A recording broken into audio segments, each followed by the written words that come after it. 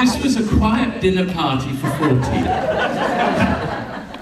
And it was before it became the champagne of choice of the rappers. Because the whole side here is filled up with Louis Roederer Cristal, there and there and there. And this is a little bit of vodka. And for the healthy-minded, there was an orange juice and some Perrier.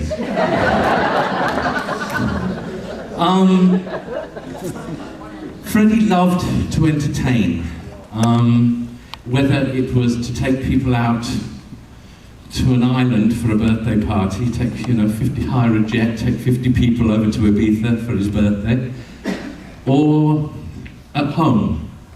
He just loved making people happy. His greatest joy in life was giving things to people, just to see their faces. Just to see the smiles, but saying that, it also works another way. But he had the knack of giving people what they wanted, everything that, they sort of dream of. But he only thought as far as the present for that specific person. He never really considered that whatever station in life they had, they then had to pay the insurance on these objects. But that didn't enter into it. He gave people their dreams, for Peter Straker, he was actually see a picture of him coming up. For his birthday one year, he flew him and 8 other people to New York for his birthday, but it ended up being for a week. That was just the sort of things he did. As I say, this was actually, it was a small party, 40 people. And Freddie we'd all have the orders. I want this food, that food, all of that. So all that would be taken care of. But he would then go up, get ready, and then he would come downstairs, maybe half an hour before it's supposed to start, and he would go around every room, making sure that that ashtray faced like that vase was like that those flowers, oh, they're dreadful. And he puts one more in there, perfect.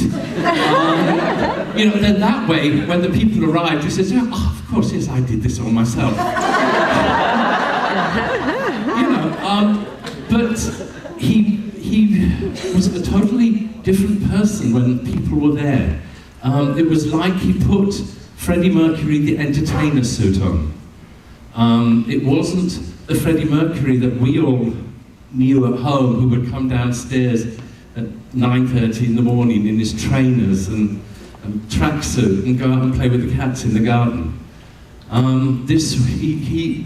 He became the entertainer as soon as he knew guests were going to arrive, and that, because it was his house, he wanted to show off the house at its best. I mean, so many people ask me who was the love of Freddie's life, and I think Garden Lodge was the love of his life.